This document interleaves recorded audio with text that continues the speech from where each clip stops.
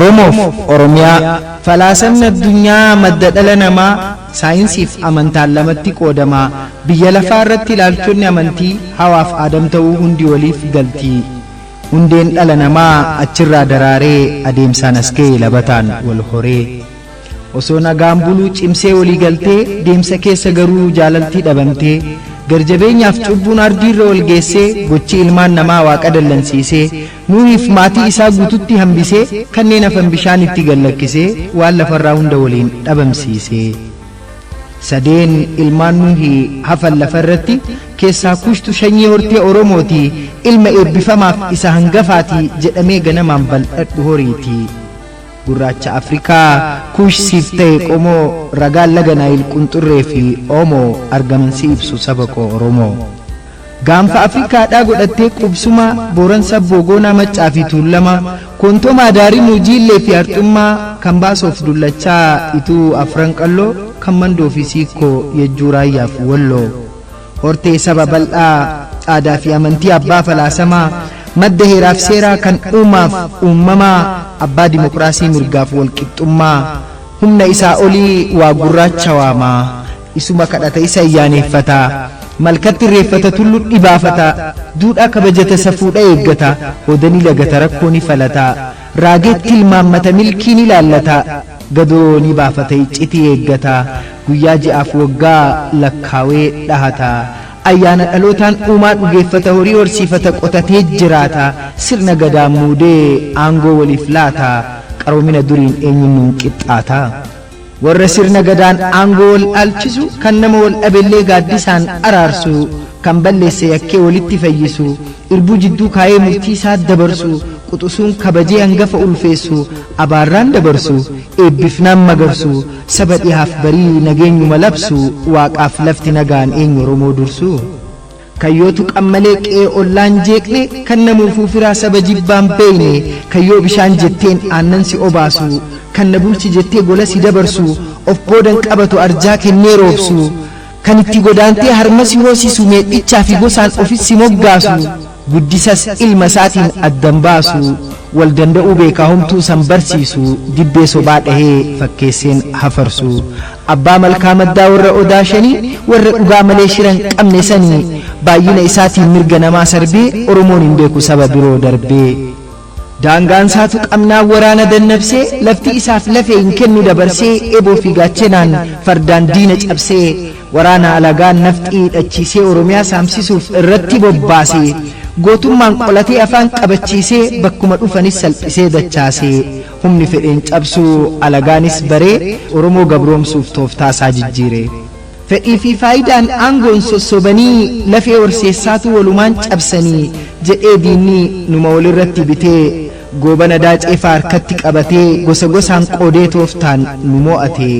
shirri xaxee kufee Oromoon gabroomee malkaan abaaramee dhagaan eebbifamee safuun furguffamee haalli wallaalamee dhukkubaaf waraanaan dhalli lafaa dhumee qeen qabbanaa'ee gaddaan liqimfamee. Waaqaaf malee diinni maalum nutti hambise seenaa cubbuuf sobaa kaayenuuf barreessee sanyii nu balleessuuf lafarraa buqqisee maqaa nu jijjiiree kan saanuuf moggaasee aadaa nu balleessee afaan nu ukkaamsee ardaa jilaa dhoowwee caffee gadaa gossee galma keenya diigee bokkuu keenya cabsee barachuu nu dhorgee doofummatti hambisee gaafa dhugaan baddee sobni cimee goobe bara harki bitaa isa mirgaa reebe. Sirni gadaa cabee seenaan awwaalamtee osoo duumessaa'uu aduun nutti hammaattee otoo gannee rooboo awwaarri nu nyaattee qotannee facaasnu siyyummaan nu dhaaltee irboof siisoo jechuun jarattiin nu saamtee ta'us saba Oromoo homaan goone dhartii osoo mortuu hortuun caalaa hortii. Biyya baasaa irra diina jala kufee inteenya Oromoon qabsoo itti fufee sirna abbaa irreen hin bullu baadhannee alagaa nu saamu ciccinee falmannee gabrummaa irraa ba'uuf gaaraaf laga ceenee kumaatamni dhumnee waa meeqa mudannee beelofnee dheebbonnee daarree daaraa taanee kan uumaan nu kenne kan uumameen dhabnee gubannee rakkannee ciincaa jiraannee malee tole jennee gabrummaan fudhannee aarsaa kafalaniif dhaabne siidaa dhagaa calii calanqootiif aannoleetu ragaa. Gootowwan kaleessaa otoo nuti jirru duunee banna jedhannu biyyan gurgurru teenya Oromiyaa yoomuu diinaan hirru biyya waaqoo guutuu tan Taaddasaa Birruu biyya Aadam Saaddoo biyya Bakar Waaree jaarraa abbaa gadaa yaayyaa Alii Siree biyyeelemoo qilxuu qees guddinaa tumsaa tanaliyyi cirrii alamuu qixxeessaa tammaammoo mazammir biyya baaroo tumsaa baalchaa abbaa nabsoo tanabdiisaa aagaa biyya garii tulluu talleenjisoo diigaa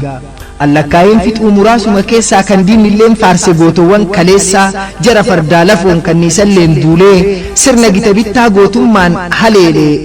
gootamii licitee guyyaa guutuu lolee eboo fi gaachanaan madfi afaan cuqqaalee qabsoo xirroodhaa fi qonnaan bulaa baalee xiyyaara samiirraa kan dhombiriin buusu gabrummaa awwaaluuf eenyu isaan hin dursu ga'ee ofii bahanii kaan ilmaanii dhiisu jara citii dhoksuuf waraqaa liqimsu lafee jarreen kanaatu utubeenu qabaa kan nu diiguuf fiigu ofumaaf dadhabaa goottan dirree aartii hogbarruuf fiigichaa aadaa fi afaan seenaa keenyaaf jecha cichanii qabsaan akka hin banneef qomoo gabrummaa jalattis eenyummaan oromoo onosmoos nasiibiif luba dafaa jamoo shee bakrii saaphaloo abubakar muusaa mahadii hamiid mudee doktor kuwee kumsaa hayilee fiidaatiif aadde asteer gannoo wasanuu diidootiif aartist ilfinesh qannoo doktor alii birraaf sheek mahammad rashaad aartist aloodaawweef qophee abdii mahammad daraartuu tulluutiif abbabaa biqilaa riikardii galmeessuu eenyutu isaan caalaa saba hundeen gootaa kan isaan gitu hin jirre leencawwaa hundattuu duubaan hin hiriirre dachii uumaan faayee homtuu sirraan hafu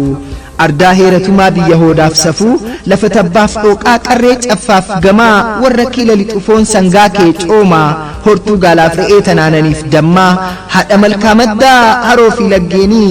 hunda magarsita akaakuu midhaanii bineeyyii bosonaa tulluuf gaarreewwanii jannata ardiirraa biyya allaattiiwwanii haadha albuuddanii biyya caaltu biyya dachiin ishii warqee biqilchitu seenaan kee galaana barreeffameen dhumu dinqa seenaa cufee dhaamsinani dhaamu dhaloonni har'aa kan nurraa eeggamu gargar bittinnaa'uun hin deebi'in lamuu hiriira kan duraa ilaallata gaalli galfata dhalootaas fufaadha imalli bu'aa bayii dheeraa keessa qaxxaamurtee oromoof oromiyaan harka keenya geette nu abbaan dabaree dhaloonni barate nuun gahaan abboonni ni galateeffannaa dachaa goonee nus seenaa hojjannaa seenaan daawitiidha keessatti of ilaaltaa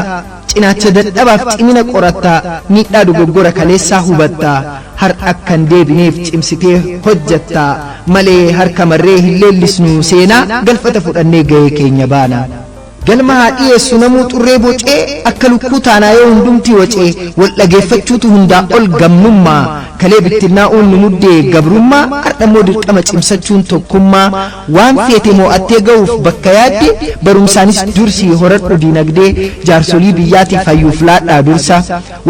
warraaqsa diinagdee oromoos finiinsaa walittiin duulinaa waliif ta'a tumsa keenyumatu keenya kan balleessees gorsaa kan abbaan gaafa cabse ormi ija jaamsaa tokkoo muudhamneeti malee waa hundisaa oromoon galaana gaara fedhe jigsaa kan isaaf quuqamu oromoon ilmasaa eebbisee dhalasaa lammaffaa magarsaa dahannoo tahee fi gaachana qabsiisaa fardarreedaa qabee ol fuudhee yaabsisaa siinqee irra qabee jala hulluuqsisaa mijuu dhandhamsiisee kabajetti uwwisaa booka itti biifee dubbiisaa mi'eessaa tumsee fi gootumsee aangoo gonfachiisaa masara mootummaa seensisee dhaalchisaa waliin qoqqoodinaa saba koo dammaqaa tokkoomuu keenyatu nuuf deebisee haqa tan kiiloo 4 nurraa saaqee saanqaa